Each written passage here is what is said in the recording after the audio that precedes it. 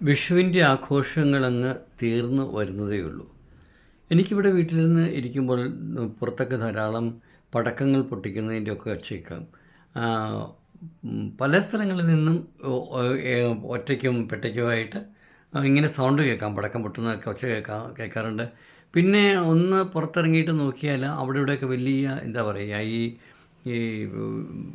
എന്താ അതിൻ്റെ പേരെന്ന് എനിക്കറിയില്ല. ഈ ആകാശത്ത് വർണ്ണവിധാനങ്ങൾ വിധാനിച്ച് വിരിയുന്ന തരത്തിലുള്ള വലിയ വർണ്ണപ്രഭയോടുകൂടി വിടരുന്ന ചില പടക്കങ്ങളൊക്കെയുണ്ട്. പടക്കമല്ല, അത് ഈ കമ്പിത്തിരി പൂത്തിരി അങ്ങനെയുള്ളതിൻ്റെയൊക്കെ ഒരു വകഭേദമാണ്. അപ്പോൾ അതൊക്കെ ഇങ്ങനെ ആകാശത്ത് ഇങ്ങനെ വിടർന്ന് വിലസുന്നുണ്ട്. അത് വിഷുവിനൊക്കെ ദീപാവലിക്കൊക്കെ കാണാൻ കിട്ടുന്ന വലിയ കാഴ്ചയാണ്.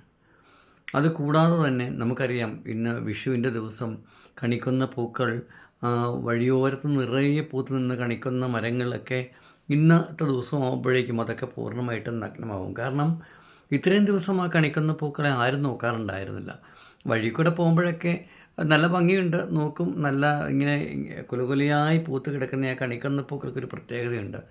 വർഷത്തിൽ 365 ദിവസവും ചില കണിക്കൊന്നയൊക്കെ ഇങ്ങനെ കാലം തെറ്റിയൊക്കെ എപ്പോഴും പൂത്ത് കിടക്കും. ആരും ശ്രദ്ധിക്കത്തേയില്ല.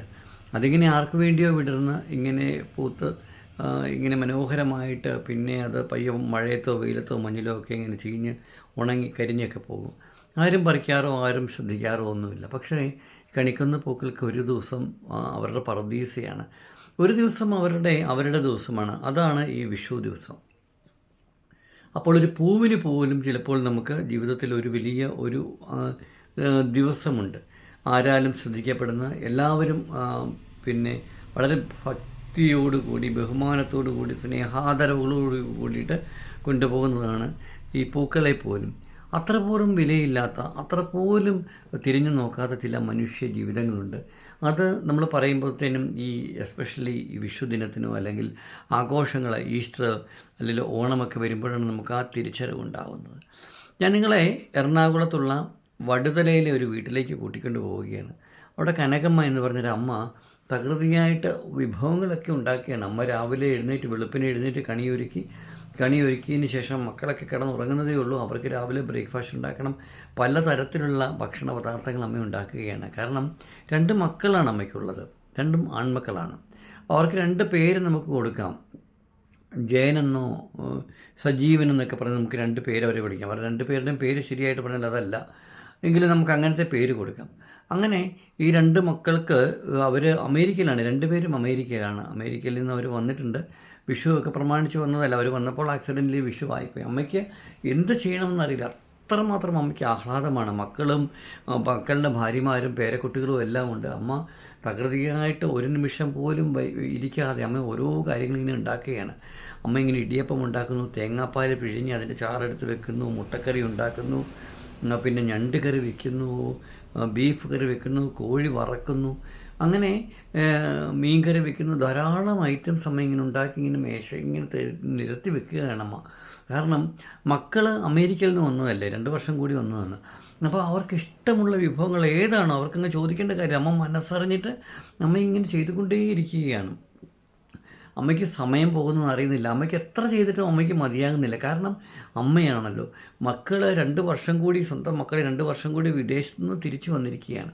അപ്പോൾ ആ വിദേശത്തു നിന്ന് മക്കളെ തിരിച്ചു വന്നപ്പോഴേക്കും മക്കളെ സന്തോഷിപ്പിക്കുവാനായിട്ട്, മരുമക്കളെ സന്തോഷിപ്പിക്കാനായിട്ട്, പേരക്കുട്ടികളെ സന്തോഷിപ്പിക്കുവാനായിട്ട് അമ്മ ഇങ്ങനെ വീടിനെ അമ്മ ഒരു സ്വർഗമാക്കി മാറ്റുകയാണ്. നാനാതരത്തിലുള്ള വിഭവങ്ങൾ അമ്മ ഒരുക്കി വെക്കുകയാണ്. കൊതിയൂറുന്ന ധാരാളം നല്ല നല്ല മണം ആ വീട്ടിൽ നിന്ന് ഉയരുന്നുണ്ട്. വടുതലയാണ് ഇത്. ഒരല്പം മുൻപുള്ള ഏകദേശം ഒരു 5-6 വർഷം മുമ്പുള്ള ഒരു വിഷുദിനത്തിലെ കാഴ്ചയാണ്. അങ്ങനെ ആ മക്കൾ അമ്മ ഉണ്ടാക്കിയ വിഭവങ്ങളൊക്കെ രുചിച്ച് സന്തോഷത്തോട് കൂടിയിട്ട്, വളരെ ആഹ്ലാദത്തോട് കൂടിയിട്ട് അവരിങ്ങനെ വിഷു ആർത്തുല്ലസിച്ച് അന്ന് അവിടെ ചിലവിട്ടു. അത് വടുതലയാണ്, എറണാകുളത്തെ. അപ്പോൾ പിന്നീട് ഞാൻ മറ്റൊരു സ്ഥലത്തേക്ക് കൂട്ടിക്കൊണ്ട് പോവുകയാണ്. ആ വടുതലയിൽ മക്കൾക്ക് വേണ്ടി അത്രമാത്രം കഷ്ടപ്പെട്ട് അത്രമാത്രം വിഭവങ്ങൾ ഉണ്ടാക്കിയ ആ അമ്മ ഇപ്പോൾ നമ്മുടെ കോട്ടയം ജില്ലയിലെ തലയോലപ്പറമ്പിനടുത്തുള്ള ഒരു വീട്ടിൽ, വലിയ വീടാണ്, ടൗണിൽ നിന്ന് അടുത്തൊക്കെയാണ് വീട്. ആ വീട്ടിലെ പിന്നെ ഒരു ഒതുങ്ങിയ മുറിയിൽ, അതിനകത്തൊരു ജനാല മാത്രമേ ഉള്ളൂ. ആ മുറിയിൽ അമ്മ ഇങ്ങനെ കിടക്കുകയാണ്. പുഴുവരിച്ചാണ് കിടക്കുന്നത്. അമ്മയ്ക്ക് രോഗമാണ്, എഴുന്നേറ്റ് നടക്കാനൊന്നും പറ്റത്തില്ല. വല്ലാത്ത അസ്വസ്ഥതയാണ്. എഴുന്നേൽക്കാൻ പറ്റാത്തില്ലാത്തത് കൊണ്ട് ആരെങ്കിലും സഹായമുണ്ടെങ്കിൽ മാത്രമേ എഴുന്നേൽക്കാൻ പറ്റുകയുള്ളൂ, എന്തെങ്കിലും ചെയ്യാൻ പറ്റത്തുള്ളൂ. അപ്പോൾ ട്യൂബൊക്കെയാണ്, വയറ്റിൽ നിന്ന് പോകാനൊക്കെ ട്യൂബ് ഇട്ടിരിക്കുകയാണ്. മൂത്രമൊക്കെ പോകുന്നതിനെല്ലാം അങ്ങനെ തന്നെയാണ്. അമ്മയ്ക്കപ്പം ഒരേ കിടപ്പായതുകൊണ്ട് വാട്ടർ ബെഡിലാണ് കിടത്തിയിരിക്കുന്നത്. സമയാസമയമൊന്നും തിരിച്ചിട്ടില്ലെങ്കിൽ ഇങ്ങനെ പുറമൊക്കെ പൊട്ടി വല്ലാത്ത രീതിയിലേക്ക് ആയിരിക്കുകയാണ്. അമ്മ ആ വീട്ടിൽ, ആ മുറിയിൽ അമ്മേനെ ആ വിഷുദിനത്തിൽ അമ്മയുടെ മക്കളെന്ന് പറഞ്ഞാൽ അമ്മയുടെ മൂത്ത മകനാണ്. ഇളയ മകൻ വേറൊരു സ്ഥലത്താണ് താമസിക്കുന്നത്. രണ്ടുപേരും ഭാര്യ വീട്ടുകാരുടെ അടുത്ത സ്ഥലം വാങ്ങിച്ചിട്ട് അവിടെയാണ് താമസിക്കുന്നത്. വടുതലയിലെ വീട് അവർ വാടകയ്ക്ക് കൊടുത്തിട്ടാണ് ഈ ഭാഗത്തേക്ക് വന്നത്. അപ്പോൾ അമ്മ അവിടെ ലേശം ഇരുട്ടാണ് ആ മുറിയിൽ. ചെറിയ ജനലിൽ നിന്ന് വരുന്ന അരണ്ട വെളിച്ചം മാത്രമേ ഉള്ളൂ. മുറിയിലൊരു നരച്ച വൃത്തികെട്ട മണമാണ് മുറിയിൽ. അമ്മയ്ക്ക് അന്നത്തെ ദിവസം വിഷുവാണ്. പക്ഷേ അമ്മയ്ക്ക് ആ വിഷു തിരിച്ചറിയാനായിട്ട് സാധിക്കുന്നില്ല. അമ്മയുടെ മകനും മരുമകളും കൊച്ചുമകനും ഒക്കെ കൂടിയിട്ട് അവർ വിഷു ആഘോഷിക്കുവാനായിട്ട് മരുമകളുടെ വീട്ടിലേക്ക് പോയിരിക്കുകയാണ്. അപ്പോൾ പോകുമ്പോഴേക്കും അമ്മയെ നോക്കുവാനായിട്ട് അവിടെ ഒരു ഹൗസ് മെയ്ഡുണ്ട്, അല്ലെങ്കിൽ ഒരു ഹോം നേഴ്സ് ഉണ്ട്. അപ്പോൾ അവർക്ക് അവധിയാണ്. അപ്പം അവർ ഹിന്ദു ആയതുകൊണ്ട് അവർക്ക് അവധിയുണ്ട്. അവർ വിഷുവിന് ഒരു 3 ദിവസത്തെ അവധി വേണമെന്ന് നേരത്തെ പറഞ്ഞിരുന്നു.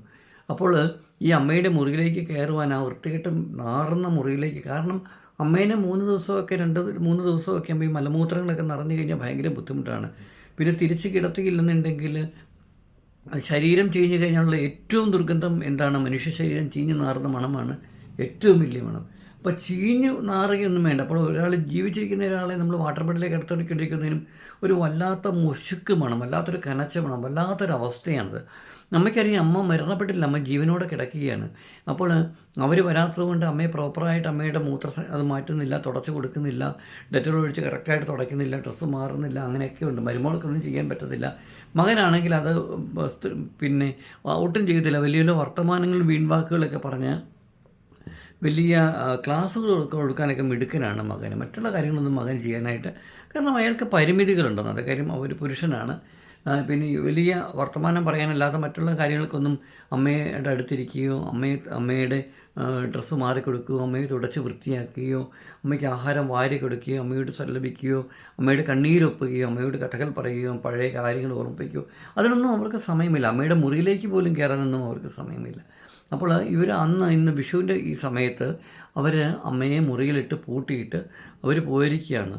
അവർ അതിരാവിലെ പോയതാണ്, ഭാര്യ വീട്ടിലേക്ക് അതിരാവിലെ പോയി. അമ്മ ആ മുറിയിൽ, ആ നരച്ച മുറിയിൽ, ചെറിയ നേരിയ വെളിച്ചമുള്ള മുറിയിൽ അമ്മ കിടന്നമ്മ ഇങ്ങനെ കണ്ണുനീർ വാർക്കുകയാണ്. അമ്മയുടെ മനസ്സിലേക്ക് കുഞ്ഞുങ്ങളായിരുന്ന കാലഘട്ടം മുതൽക്കുള്ള ഓരോ വിഷു ദിവസങ്ങളും അമ്മയുടെ മനസ്സിലേക്ക് ഓടിയെത്തുകയാണ്. അപ്പോൾ ഞാനിപ്പോൾ ഈ സംസാരിക്കുന്നത്, അല്ലെങ്കിൽ നിങ്ങൾക്ക് ഇമാജിൻ ചെയ്ത് നോക്കാം, ആ അമ്മയായിട്ട് നിങ്ങളൊന്ന് സങ്കല്പിച്ച് നോക്കുക. അങ്ങനെ കിടക്കേണ്ട ഒരു അവസ്ഥ വന്നു കഴിഞ്ഞാൽ, അങ്ങനെ കിടക്കേണ്ട ഒരു ഗതികേട് വന്നു കഴിഞ്ഞാൽ ആ സ്ത്രീയുടെ മാനസികാവസ്ഥ എന്തായിരിക്കും, ഇല്ലേ? അതേസമയം അവർക്ക് ആരോഗ്യമുണ്ടായിരുന്ന സമയത്ത്, മക്കൾ അമേരിക്കയിൽ നിന്ന് വരുന്ന സമയത്ത് ആ മക്കൾക്ക് വേണ്ടിയിട്ട് ഓരോ സമയത്തും അവരെന്തൊക്കെയാണ് ആ ദിവസത്തിൽ നിന്നല്ല എല്ലാ ദിവസവും അവരെത്രമാത്രം മനോഹരമാക്കുവാനായിട്ടാണ് ആ അമ്മ നോക്കിയിരുന്നത്. ഇപ്പോൾ അമ്മ കിടപ്പായപ്പോഴേക്കും അമ്മയെ അവരൊരു മുറിയിൽ അടച്ചിട്ട് അമ്മയെ നോക്കാനായിട്ടൊരു ഹോം നേഴ്സിനെ നിർത്തിയിട്ടുണ്ട്. അപ്പോൾ ഈ അവസ്ഥയായപ്പോഴേക്കും അവധി വിഷു ആയതുകൊണ്ട് അവർ വീട്ടിലേക്ക് പോയിരിക്കുന്നു.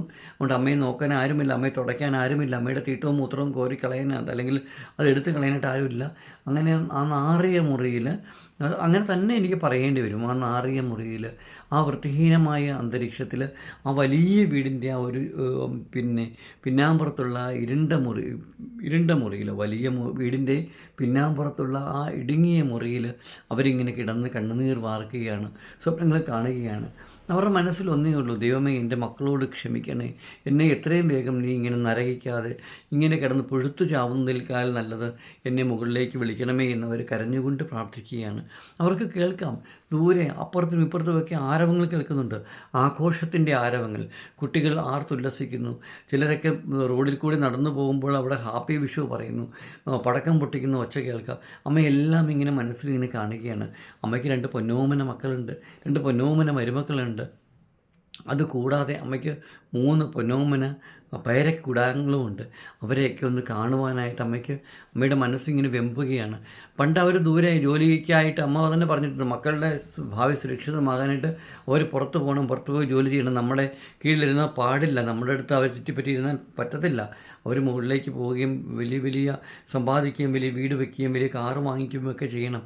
പക്ഷേ എല്ലാത്തിനേക്കാളും ഉപരിയായിട്ട് അമ്മമാരങ്ങനെയൊക്കെ പറയുമെങ്കിലും അവർ എല്ലാം മിക്കവാറും അത് മക്കളുടെ മനസ്സ് മുൻനിർത്തിയിട്ടാണ് ഈ അമ്മമാർ ഇങ്ങനത്തെ വർത്തമാനങ്ങളൊക്കെ പറയുന്നത്. പക്ഷേ അവരുടെ ഉള്ളിൽ എൻ്റെ മകൻ എൻ്റെ അടുത്ത് നിന്ന് വന്നിരുന്നെങ്കിൽ, അവൻ എൻ്റെ ഒപ്പം ഒന്ന് അല്പനേരം ഇരുന്നിരുന്നെങ്കിൽ, എൻ്റെ കൈകളിലൊന്നും അവൻ പിടിച്ചിരുന്നെങ്കിൽ, എൻ്റെ കൈകളിലൊന്ന് തലോടിയിരുന്നെങ്കിൽ എന്നൊക്കെ ഏത് അമ്മയും അങ്ങനെ ആഗ്രഹിക്കും. നമ്മൾ കൊച്ചു നാളിലായിരിക്കുമ്പോഴേക്കും നമ്മൾ നിക്കറെ മുള്ളുകയും നിക്കറെ അപ്പിയിടുകയും അങ്ങനെയൊക്കെ ചെയ്യുമ്പോഴേക്കും ഇനി അപ്പിയിട്ടിട്ട് അത് നിലത്തിട്ട് തല്ലി മെഴുകി വെച്ചാൽ തന്നെയാണെങ്കിൽ അമ്മയ്ക്ക് ഒരു അറപ്പും ഒരു വെറുപ്പും തോന്നുകയില്ല. കാരണം അമ്മയ്ക്കെപ്പോഴും എന്താണ്, അതെൻ്റെ കുഞ്ഞാണ്, എൻ്റെ മക്കളാണ്. പക്ഷേ നേരെ തിരിച്ചാകുമ്പോഴേക്കും അമ്മ പ്രായമായി കഴിഞ്ഞ് ഓർമ്മയൊന്നുമില്ലാതെ മൂത്രമൊഴിക്കുകയും അപ്പയിടുകയൊക്കെ ചെയ്തിട്ട് ആ രീതിയിലേക്ക് അമ്മ ചെയ്ത് കഴിഞ്ഞാൽ മക്കൾക്ക് അറപ്പാണ്, മക്കൾക്ക് വെറുപ്പാണ്. അതാണ് അമ്മയും മക്കളും തമ്മിലുള്ള വ്യത്യാസം. ഇവിടെ അമ്മ അവിടെ കിടന്നിട്ട് ആ കണ്ണുനീർ വാർക്കുന്ന അമ്മ, കണ്ണുനീരൊഴുക്കുന്ന അമ്മ വല്ലാത്തൊരവസ്ഥയിലാണ്. ഇത് ഒരമ്മയുടെ അവസ്ഥ മാത്രമല്ല, കേരളത്തിൽ എത്രയോ ജില്ലകളിൽ, എത്രയോ സ്ഥലങ്ങളിൽ, എത്രയോ ഗ്രാമങ്ങളിൽ ഇങ്ങനെ ഇരുട്ടുമുറികളിൽ മക്കളെ ഓർത്ത്, മക്കളുടെ സ്നേഹത്തെ ഓർത്ത്, മക്കൾക്ക് വേണ്ടി താൻ ചെയ്തതെല്ലാം ഓർത്ത് കണ്ണുനീർ വാർക്കുന്ന എത്രയോ അമ്മമാരുണ്ട്. ഇന്ന് തലയോലപ്പറമ്പിൽ ആ അമ്മ കരഞ്ഞ് കണ്ണുനീർ വാർത്ത് നെടുവീർപ്പിട്ട് ഒന്ന് തിരിയാനോ മറിയാനോ ഒരു വാക്കുച്ചിരിക്കുവാനോ കഴിയാതെ ഇരുട്ടുമുറിയിൽ വലിയ ആഘോഷങ്ങൾ നടക്കുന്ന വിഷുവിന് അമ്മ ഇങ്ങനെ കിടന്ന് ഓർക്കുകയാണ്. ഞാൻ ആ ഓർമ്മകളിലേക്ക് നിങ്ങളെ കൊണ്ടുവരുന്നത് എന്തുകൊണ്ടാണ് എന്ന് ചോദിച്ചാൽ, നാളെ ഒരു പക്ഷേങ്കിൽ അങ്ങനെ സംഭവിക്കാതിരിക്കട്ടെ എന്ന് ഞാൻ ആത്മാർത്ഥമായിട്ട് ആഗ്രഹിക്കുകയാണ്. നിങ്ങൾക്കും ആ ഗതികേട് വരാതിരിക്കട്ടെ. നിങ്ങളുടെ മക്കൾ നിങ്ങളെ ഒരു ഇരുട്ടുമുറിയിൽ പൂട്ടിയിട്ടിട്ട് ഓണത്തിനും വിഷുവിനും റംസാനും അല്ലെങ്കിൽ ഈസ്റ്ററിനും പെസഹായ്ക്കുമൊക്കെ മറ്റുള്ള അവരുടെ കൂട്ടുകാരുടെ അടുത്തേക്ക്, അല്ലെങ്കിൽ അവരുടെ മറ്റു കുടുംബക്കാരിലേക്ക്, അവരുടെ ഭർത്താവിൻ്റെ വീട്ടിലേക്ക്, അല്ലെങ്കിൽ അവരുടെ ഭാര്യയുടെ വീട്ടിലേക്കൊക്കെ പോയി ആഘോഷത്തോടു കൂടി കഴിയുമ്പോഴേക്കും നിങ്ങളിങ്ങനെ ഇത്തരത്തിലുള്ള അവസ്ഥയിൽ കഴിയേണ്ട ഒരു ഗതികേട് നിങ്ങൾക്ക് വന്നു കഴിഞ്ഞാൽ നിങ്ങൾ എന്ത് ചെയ്യും? അതൊന്ന് മുൻകൂട്ടി കണ്ടുവയ്ക്കുന്നത്, അതിനുവേണ്ടി മനസ്സിനെ ഒന്ന് പ്രിപ്പയർ ആക്കി വെക്കുന്നത് എപ്പോഴും നല്ലതാണ്. പുരുഷനാണെങ്കിലും സ്ത്രീയാണെങ്കിലും മധ്യവയസ്സ് കഴിഞ്ഞു കഴിഞ്ഞാൽ, ഏകദേശം 50, 55, 60 ഒക്കെ കഴിഞ്ഞ് കഴിഞ്ഞാൽ പിന്നെ മക്കൾക്ക് നിങ്ങളൊരു ഭാരമാണ്. കാരണം നിങ്ങളിൽ നിന്ന് അവർക്കൊന്നും കിട്ടാനൊന്നുമില്ല. അവരിങ്ങനെ നിങ്ങൾ ജീവിച്ചിരിക്കുന്നിടത്തോളം, നിങ്ങൾ വീണ് കിടന്നു പോകുന്നത് വരെ നിങ്ങളെ പൊക്കിക്കൊണ്ടൊക്കെ നടക്കും. പക്ഷേ നിങ്ങളൊന്ന് കിടന്നു കഴിഞ്ഞ് കഴിഞ്ഞാൽ എല്ലാവരും സമന്മാരാണ്. അവർക്ക് നിങ്ങൾ വലിയ ബാധ്യതയാകും. പിന്നീട് അവർ നമ്മളെ നോക്കി ചിരിക്കുമെങ്കിലും നമുക്ക് വേണ്ടി പ്രാർത്ഥിക്കുമെങ്കിലും ഉള്ളിൻ്റെ ഉള്ളിൽ അവരുടെ എപ്പോഴുമുള്ള പ്രാർത്ഥന, ദൈവമേ എൻ്റെ അമ്മേനെ അല്ലെങ്കിൽ എൻ്റെ അച്ഛനെ എത്രയും പെട്ടെന്ന് അങ്ങോട്ടൊന്ന് കെട്ടിയെടുക്കണേ ഈ ശല്യത്തിൽ നിന്ന്, അല്ലെങ്കിൽ ഇത്ര കിടന്ന് അവർ ചിലപ്പോൾ നമ്മളോടുള്ള സ്നേഹം കൊണ്ടായിരിക്കും അങ്ങനെ പ്രാർത്ഥിക്കുന്നത്. പക്ഷേ ആ പ്രാർത്ഥന ഒരിക്കലും നമ്മൾ അറിയില്ല, അല്ലെങ്കിൽ നമ്മൾക്ക് മനസ്സിലാകില്ല എന്ന് മാത്രമേ ഉള്ളൂ. പക്ഷേ ഒന്ന് നിങ്ങൾ മനസ്സിലാക്കണം, നമ്മൾ ആ രീതിയിലേക്ക് അങ്ങനെയാണെങ്കിൽ ചിലർ പറയുന്ന ഒരു സംഗതിയുണ്ട്, എല്ലാം വിധിയാണ്. താൻ ചെയ്ത കർമ്മങ്ങളുടെ, അല്ലെങ്കിൽ തനിക്ക് മുൻപ് മറ്റാരോ ചെയ്ത കർമ്മങ്ങളുടെ പരിണിത ഫലമായിട്ടാണ് ഞാനിങ്ങനെ കിടന്ന് ഇങ്ങനെ നരകിക്കുന്നത്. മക്കൾക്കും വേണ്ടാതെ, കൊച്ചുമക്കൾക്കും വേണ്ടാതെ, മരുമക്കൾക്കും വേണ്ടാതെ ഇങ്ങനെ കിടന്ന് നരകിക്കുന്നതിനേക്കാൾ എത്രയോ നല്ലതാണ് ദൈവം എന്നെ മേലോട്ട് വിളിച്ചെങ്കിൽ. പക്ഷേ ദൈവം അങ്ങനെ വിളിക്കില്ല. കാരണം അത് അവർക്കുള്ള വലിയ നരകത്തിൻ്റെ ഒരു വലിയ വാതിൽ അവിടെ തുറന്ന് കാണിക്കുകയാണ്, അവരെ ഓർമ്മപ്പെടുത്തുകയാണ് ദൈവം നിങ്ങളിലൂടെ. പക്ഷേ അവർക്കൊരിക്കലും ആ തിരിച്ചറിവുണ്ടാവുകയില്ല. അവർക്ക് ആ തിരിച്ചറിവുണ്ടാവുകയായിരുന്നുവെങ്കിൽ, അല്ലെങ്കിൽ അവർ ആ തിരിച്ചറിവുള്ളവരായിരുന്നുവെങ്കിൽ ഒരിക്കലും സ്വന്തം മാതാവിനോടോ അല്ലെങ്കിൽ സ്വന്തം പിതാവിനോടോ അവർ ഇത്തരത്തിലുള്ള ഒരു പ്രക്രിയ ഒരിക്കലും അവർ ചെയ്യുകയില്ല. അപ്പോൾ അവർക്കുള്ള നരകാഗ്നി ഒരുക്കി വയ്ക്കുവാനായിട്ട്, അവരെ ഓർമ്മപ്പെടുത്തുവാനായിട്ട്, അവരെ ഒരു പരീക്ഷണ വസ്തുവായിട്ട് മാത്രം ദൈവം കാണുകയാണ് ഇപ്പോഴേക്ക്. അതുകൊണ്ട് എന്നെ ശ്രവിക്കുന്ന മക്കളാണെങ്കിലും മരുമക്കളാണെങ്കിലും കൊച്ചുമക്കളാണെങ്കിലും ഒന്ന് നിങ്ങൾ മനസ്സിൽ കരുതി വയ്ക്കുക. നമ്മൾ ജീവിച്ചിരിക്കുന്ന കാലത്ത് നമ്മളുടെ മാതാവിനെയും നമ്മളുടെ പിതാവിനെയും നമുക്ക് ആരാണോ, ഒരുപക്ഷെ അവർ നമുക്ക് വേണ്ടി വലിയ കാര്യങ്ങളൊന്നും ചെയ്തിട്ടൊന്നും ഉണ്ടാവുകയില്ല. ചിലരൊക്കെ ഉണ്ട് അഹങ്കാരത്തിൻ്റെ മൂർത്തിമത് ഭാവങ്ങളായിട്ട് പഴയകാല കാര്യങ്ങളൊക്കെ അയവിറക്കി അതിൻ്റെ ആ വൈരാഗ്യവും ഈഗോയും ഒക്കെ മനസ്സിൽ ഇങ്ങനെ കരുതി വെച്ചിട്ട് അതൊരു വലിയ വാളായി ഒരു പടച്ചട്ടയായിട്ട് മനസ്സിൽ കൊണ്ടു നടന്നിട്ട് അതിൻ്റെ ഉള്ളിൽ ജീവിക്കുന്ന ആൾക്കാരെ അവർക്കൊന്നും ഒരിക്കലും ജീവിതമില്ല. അവർക്കൊന്നും ഒരിക്കലും മനസ്സമാധാനം കിട്ടില്ല. അവരങ്ങനെ മനസ്സ് നീറി ആ നോവുമായിട്ട് വലിയ വലിയ പാപങ്ങളുടെ പരിണിത ഫലങ്ങൾ ഏറ്റുവാങ്ങുവാനായിട്ട് അത്തരത്തിൽ ജീവിച്ചു മരിക്കേണ്ട ഗതികിട്ട പ്രേതങ്ങൾ പോലെയാണ് അത്തരത്തിലുള്ളവർ. അതുകൊണ്ട് ആ ഒരു ഗതികേട് വരാതിരിക്കുവാനായിട്ട് മാതാപിതാക്കളെ സ്നേഹിക്കുക, അവരെ പരിചരിക്കുക, അവർക്ക് വേണ്ടത് ചെയ്യുക. അവരെ നമ്മൾ വലിയ പൊന്നുകൊണ്ട് പുളിശ്ശേരിയൊന്നും ഉണ്ടാക്കി കൊടുക്കേണ്ട കാര്യമൊന്നുമില്ലെങ്കിലും ചെറിയ ചെറിയ സൗകര്യങ്ങൾ ഒരുക്കി കൊടുക്കുക, അവരുമായിട്ട് സംസാരിക്കുക, അവരോടൊന്ന് ചിരിക്കുക. വല്ലപ്പോഴെങ്കിലും 2 ദിവസമെങ്കിലും ഒരിക്കലെങ്കിലും അവരുടെ അടുത്ത് പോയി ക്ഷേമാന്വേഷണം നടത്തുകയും അവരുടെ ശരീരത്തൊന്ന് സ്പർശിക്കുകയും അവർക്കൊരു ഉമ്മ കൊടുക്കുകയുമൊക്കെ ചെയ്തു കഴിഞ്ഞാൽ നിങ്ങളുടെ രീതിയിൽ വലിയ വലിയ മഹാപാപങ്ങളൊക്കെ ഉണ്ടല്ലോ, അതൊക്കെ തനിയേ ഇല്ലാതെയാകും. ഏവരും സുഖമായി സന്തോഷകരമായി ഇരിക്കുവാനായിട്ട് ഞാൻ പ്രാർത്ഥിക്കുകയാണ്. ഈ വിഷുദിനത്തിൽ ഇത്തരത്തിലുള്ളൊരു ഓർമ്മപ്പെടുത്തൽ തീർത്തും അനിവാര്യമായതുകൊണ്ടാണ് ഞാൻ നിങ്ങളുമായിട്ട് ഈ കഥ പങ്കുവച്ചത്. ഏവരും സുഖമായിരിക്കുവാൻ ഒരിക്കൽ കൂടി പ്രാർത്ഥിച്ചുകൊണ്ട് സത്യത്തിൻ്റെ നേർക്കാഴ്ചയുമായി നാളെ നിങ്ങളുടെ മുന്നിലേക്ക് വീണ്ടും വരുന്നതുവരെ നന്ദി, നമസ്കാരം, താങ്ക് യു.